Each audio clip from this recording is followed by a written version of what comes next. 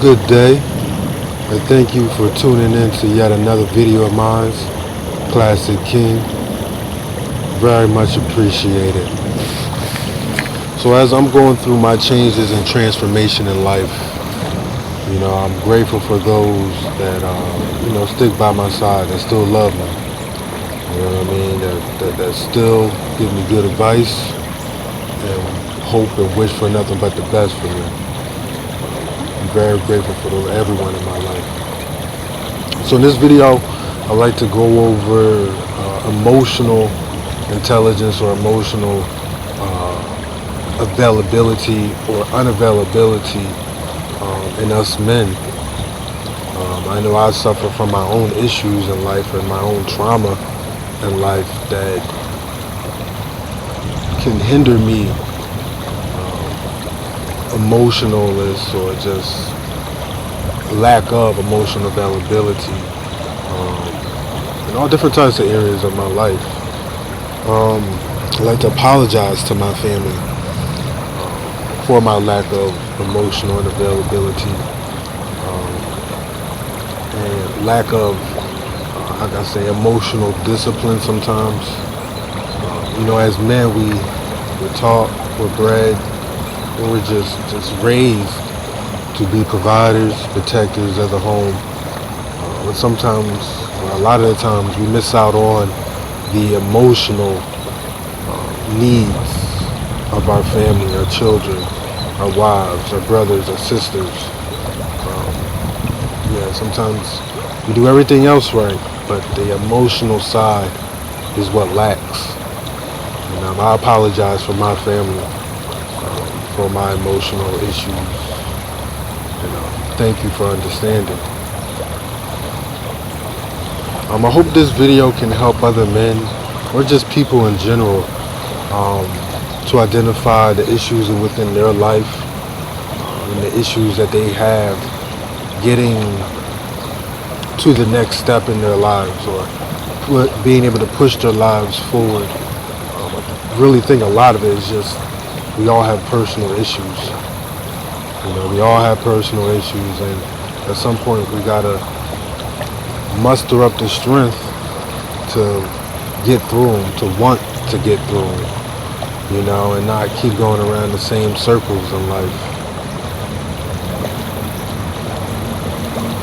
One thing I would like to start off by talking about is being in the foster care system. If you watch my first video, you'll see that I mentioned that I was adopted, and there was a lot of trauma that I had from being adopted from a the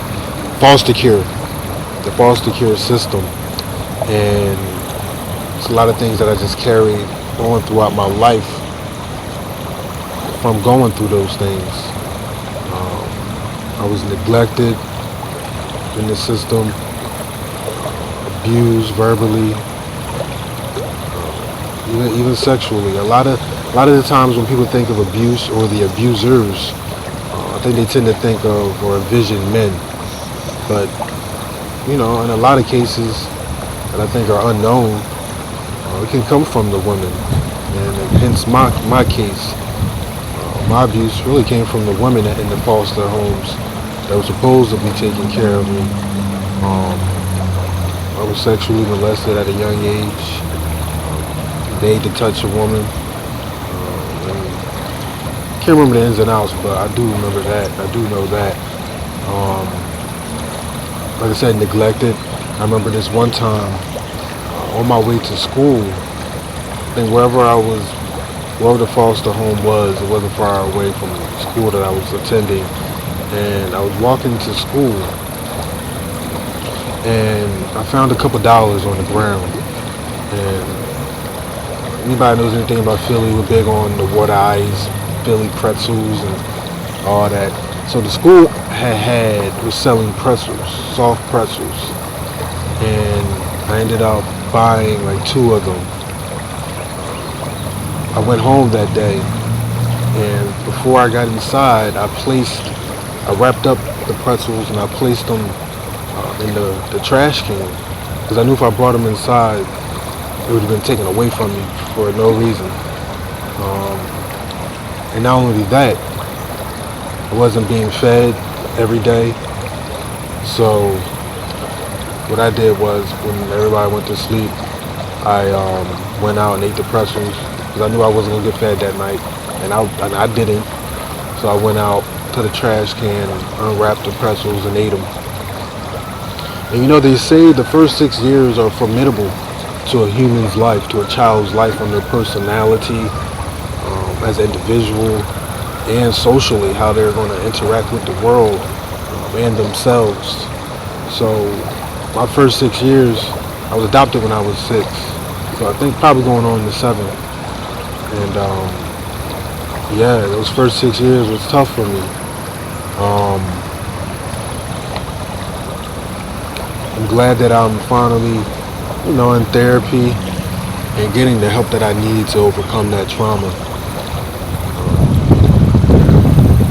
So up until recently, I didn't really think about maybe trauma that I might have had after adoption, because the mother who adopted me, she raised me single-handedly by choice. Besides my grandmother and grandfather, she never, to this day, brought a man around me and my little brother.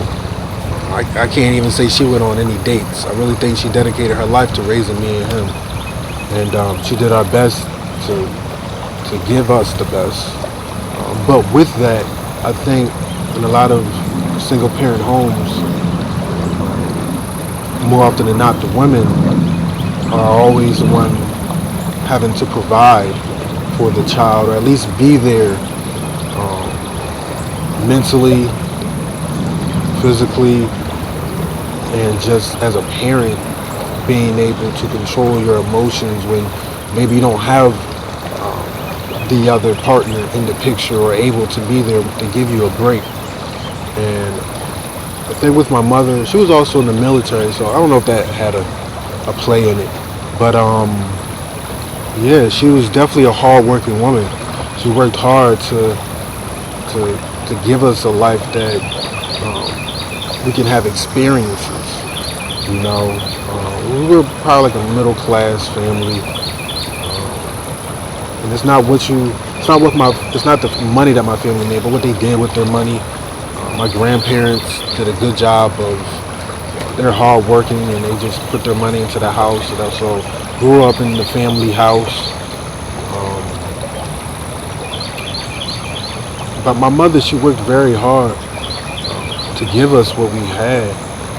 And I think emotionally, I didn't get that connection with her or from her. And even my grandparents, because they were, basically doing the best that they could to give me a good life. And I'm very grateful for that, because I would have never had a life like that if I wasn't adopted. So I'm very grateful for my mother for single-handedly adopting me and my little brother and wanting to raise us into good men. So Mama, I don't blame you for nothing.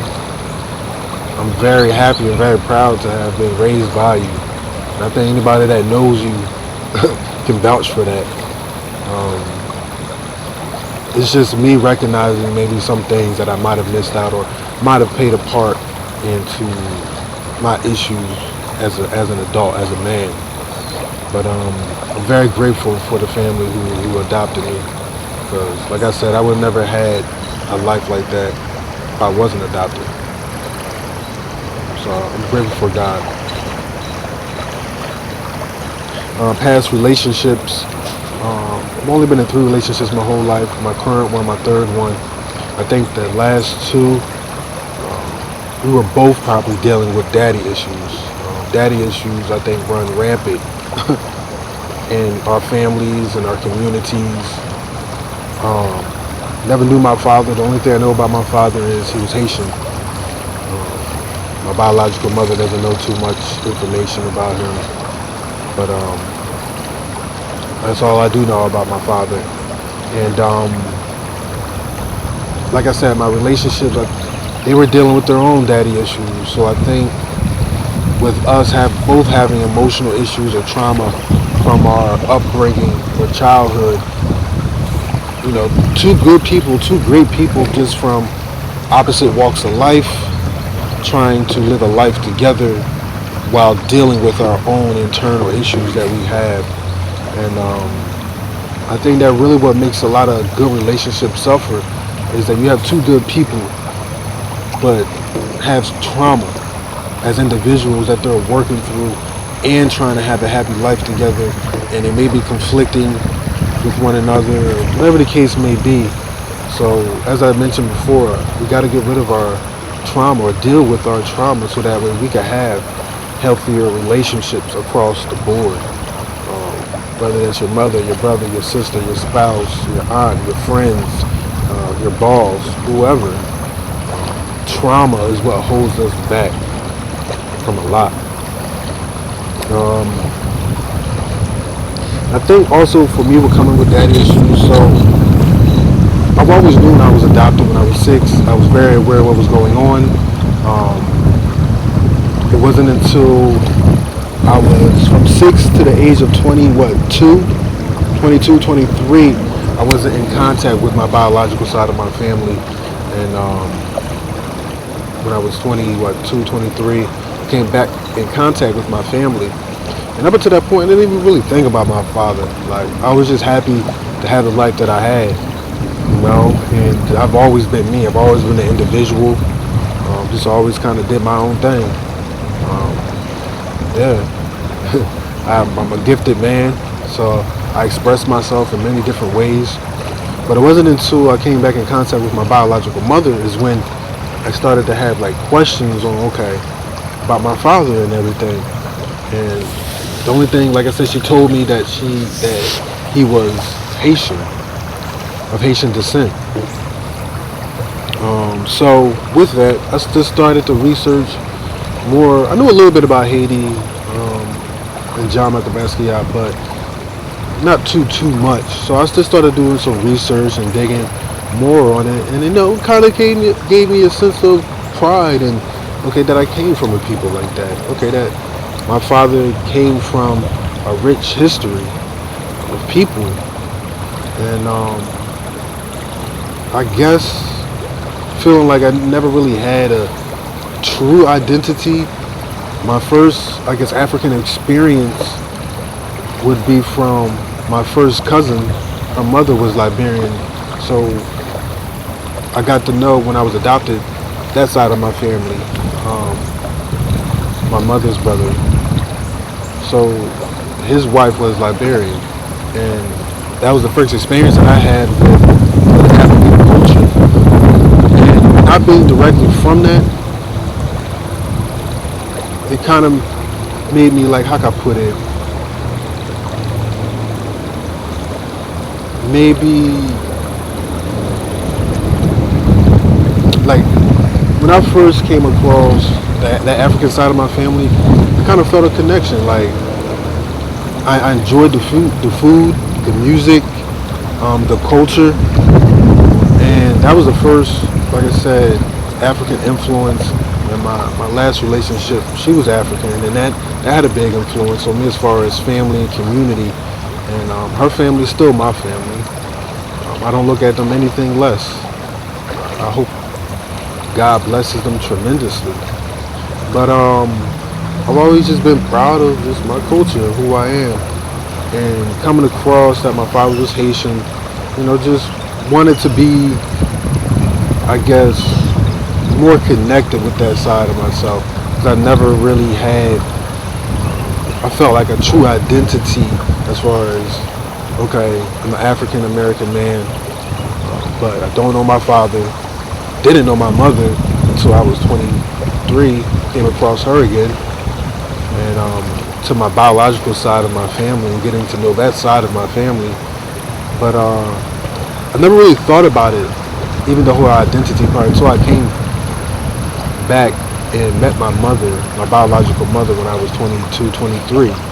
So it didn't even really bother me up until then, and I just started to have questions and wonder who I am, and just started to try to figure out myself a little more. I've always known myself, but I feel like there's always a piece of me that was missing because I was adopted. So I'm just trying to find a piece of me, in this world, or connect myself to who I am. I guess my ancestral lineage.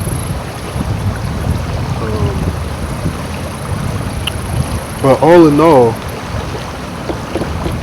yeah, I think that we need to, as men, as a community, as people, if we want to achieve more in life, we got to get past of our issues, our trauma that we've been holding on to for a very long time. And each and every one of us has trauma. No matter what class you're in, no matter what race you are, no matter what country you live in, we all have some type of trauma, you know. And I don't think one trauma is better than the other or worse than the other, but we're all individuals and it affects us a certain type of way, you know. So I think we all need to be more conscientious of each other's trauma, and not only each other's trauma but our own trauma, so that way we could better handle ourselves emotionally, you know, and intellectually. A lot of us are hindered from our emotional experiences and trauma. So I say, community, men, let's get healing. Let's get healing. Seek the help that you need, please. And don't feel bad. Don't feel weak or insecure about it.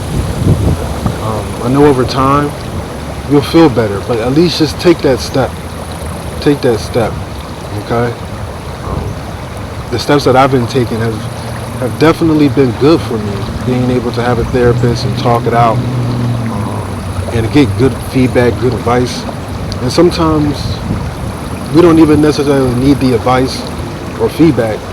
Sometimes we just need to talk and get it out. You know, sometimes we answer our own questions just by talking to somebody who's able to give a good ear and listen. So let's talk more and speak less.